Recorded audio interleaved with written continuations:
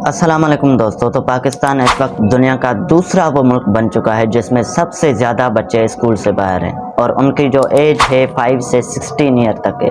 अगर उनकी तादाद देखी जाए तो 22.8 मिलियन उनकी तादाद है, जो कि इस एज में आने वाले बच्चों की 44% बनाती है। और 5 से 9 की एज में वाले जो बच्चे हैं उनमें से 5 मिलियन बच्चे इनरोल नहीं है स्कूल में। और अगर 10 से 14 इयर्स तक बात की जाए तो 11.4 मिलियन बच्चे जो हैं वो इनरोल नहीं हैं स्कूल में। क्या वजूहात हैं इसकी कि पाकिस्तान में इतने बच्चे स्कूल से बाहर हैं? आइए जानते हैं इस वीडियो में।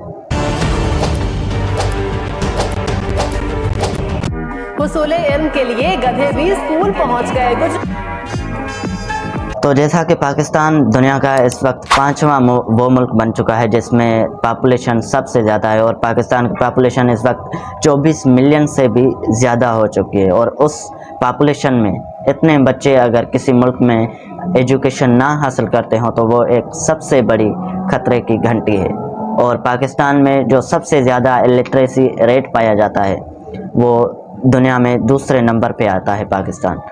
सिंध में तकरीबन 52% जो हैं जिनके वालिदैन पुअर हैं बच्चे वो स्कूल से बाहर हैं। और बलूचिस्तान में अगर बात की जाए तो 78% जो हैं वो स्कूल से बाहर होने वाले बच्चों में गर्ल्स हैं। It means there is no any education for girls. क्योंकि अगर प्राइमरी लेवल पर एनरोलमेंट की बात की जाए तो 10.7 मिलियन बॉयज़ हैं और 8.6 मिलियन गर्ल्स हैं। और अगर सेकेंडरी लेवल पे आएँ तो उसमें से 3.6 मिलियन बॉयज़ हैं और 2.8 मिलियन जो गर्ल्स हैं वो। पाकिस्तान में अगर प्राइमरी स्कूल्स की बात की जाए तो 1,82,600 स्कूल्स हैं प्राइमरी स्कूल्स। और जो मिडिल स्कूल्स हैं वो 46,800 स्कूल्स हैं। अगर सेकेंडरी स्कूल्स की बात की जाए तो वो 34,800 हैं। और अगर हायर सेकेंडरी की बात की जाए तो वो 7,648 हैं। अगर पाकिस्तान इन बच्चों को भी स्कूल में इनरोल करना चाहे तो तकरीबन 76,000 स्कूल और बनाने चाहिए होंगे। और उनमें जो क्लासेस होंगे वो तकरीबन 10 क्लासेस एक स्कूल में होंगे और उनका खर्चा बहुत ज़्यादा हो सकता है, वो बिलियंस में चला जाएगा। और उसके लिए जो टीचर्स अपॉइंट करने होंगे उनकी सैलरी भी मिलियंस में जाएगी हर ईयर। और जो इस टीचर्स होंगे वो भी बहुत ज़्यादा होंगे, तकरीबन 5 से 10 लाख तक। ये तो वो था जिनको एजुकेशन नहीं मिलती। अब बात करेंगे कि क्या जिनको एजुकेशन मिलती है उनको क्वालिटी एजुकेशन मिलती है या नहीं। तो पाकिस्तान में अगर देखा जाए तो बिल्कुल अगर हम कहें तो नहीं मिलती। क्योंकि अगर एग्ज़ामिनेशन सिस्टम की बात की जाए तो उसमें सिर्फ 15 मार्क्स रखी जाती हैं प्रैक्टिकल के लिए, जो कि फ़िज़िक्स, केमिस्ट्री, बायोलॉजी और कंप्यूटर साइंसेस के प्रैक्टिकल्स होते हैं। और 60 जो मार्क्स हैं वो थ्योरी की रखी जाती हैं। इट मीन्स वो बच्चा पूरा साल सिर्फ थ्योरी के पीछे भागेगा, वो थ्योरी ही रटता रहेगा और प्रैक्टिकल को कोई इम्पोर्टेंस नहीं मिलेगी। और अगर प्रैक्टिकल की बात की जाए तो वो प्रैक्टिकल भी कोई इतना ख़ास नहीं होता। क्योंकि प्रैक्टिकल इस तरह से होता है कि आपके हाथ में एक जर्नल दी जाती है और कहा जाता है कि ये जो प्रैक्टिकल्स इसमें लिखे हुए हैं वो उनकी बैक साइड पे आपको कॉपी करनी है। उसके बाद उसमें से आपको चंद प्रैक्टिकल दिए जाते हैं कि वो जाके रटें आप, और रटने के बाद वही आपको लिखने होते हैं और आपको इस तरह से वो 15 नंबर दिए जाते हैं। और बहुत से स्कूल तो ऐसे भी हैं जिनमें प्रैक्टिकल होते ही नहीं हैं, 200-300 देकर आप प्रैक्टिकल के 15 मार्क ले सकते हैं। ये है हमारे एजुकेशन का हाल पाकिस्तान में। और अगर ऐसी एजुकेशन रही तो ये बच्चे आगे जाकर कोई आईटी में, कोई साइंस में नाम नहीं बनाएंगे। और एजुकेशन में बैकवर्डनेस की दूसरी वजह यह है कि करप्शन। हर इदारे में इतनी करप्शन हो रही है कि मतलब बेसिक फैसिलिटीज़, इंफ्रास्ट्रक्चर नहीं है, टीचर्स नहीं है और बहुत सी ऐसी चीज़ें जो होनी चाहिए, लेबॉरेटरीज़ नहीं है, लाइब्रेरीज़ नहीं है, कंप्यूटर लैब्स नहीं है।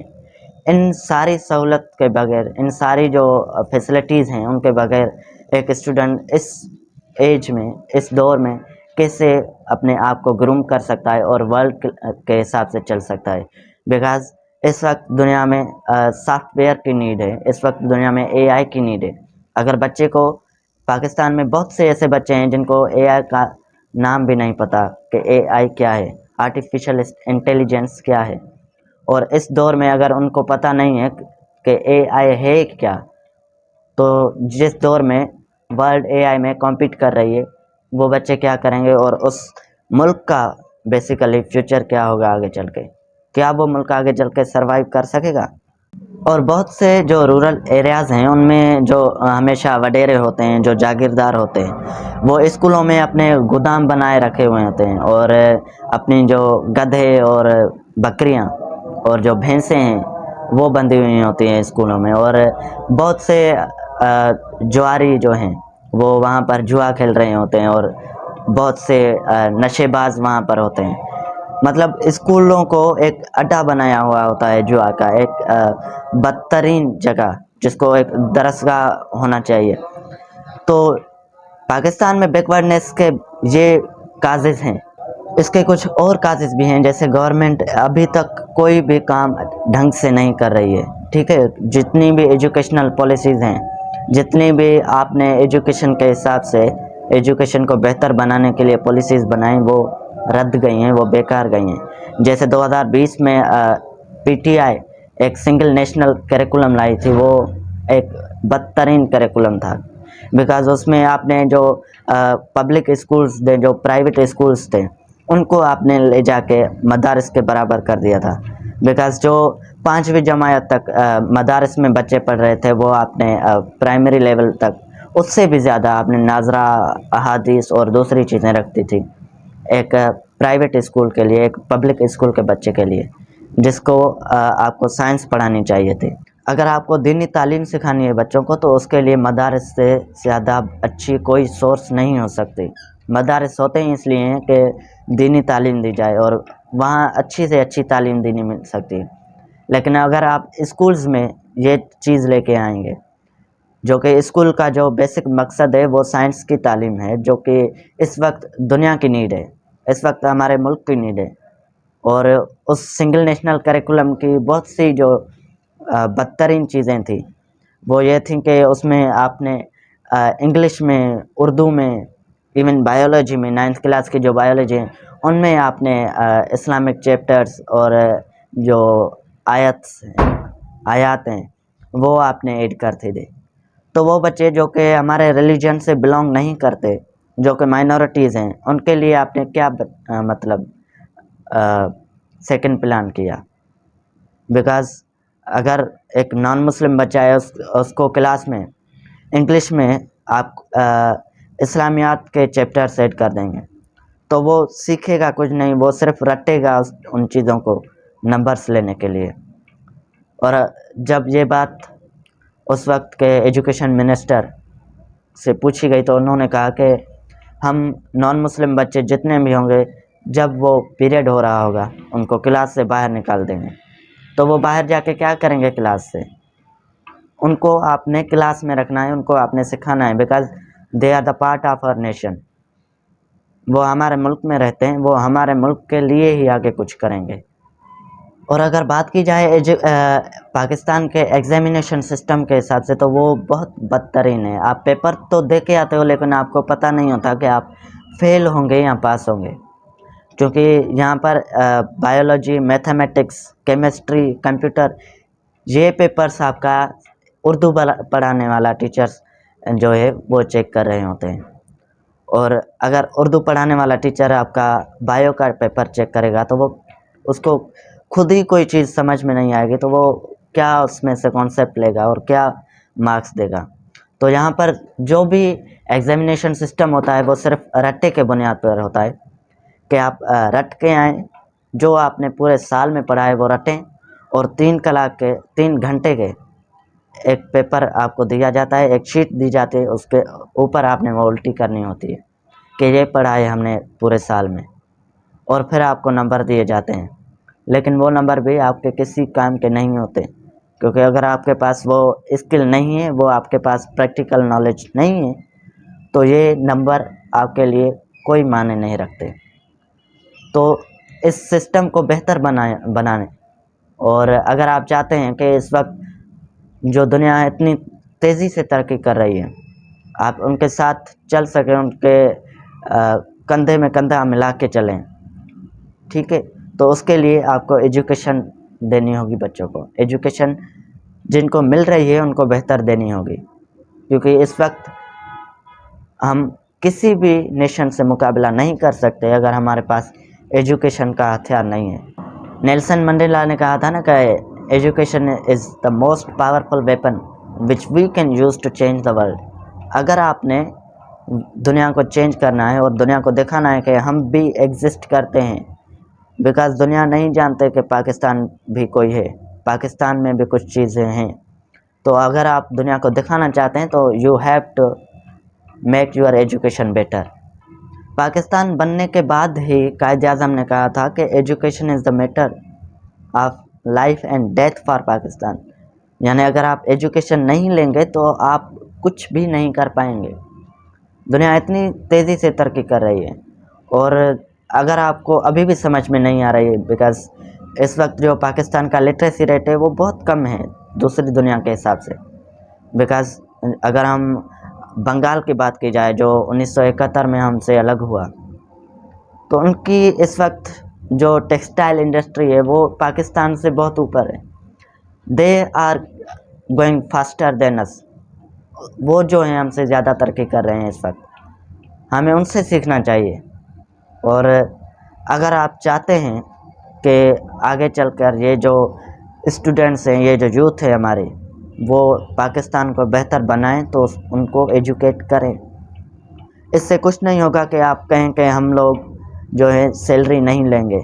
एक तरफ आप कहते हैं कि हम लोग सैलरी नहीं लेंगे, हम लोग सदर की जो हमारी पोस्ट है उसकी सैलरी नहीं लेंगे, हम जो हमारी सीएम की पोस्ट है उसकी सैलरी नहीं लेंगे।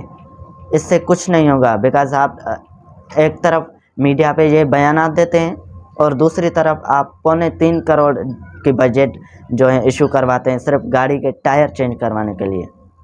तो बेवकूफ़ नहीं है हम लोग। हमें एजुकेशन चाहिए ताकि हम दुनिया को दिखा सकें।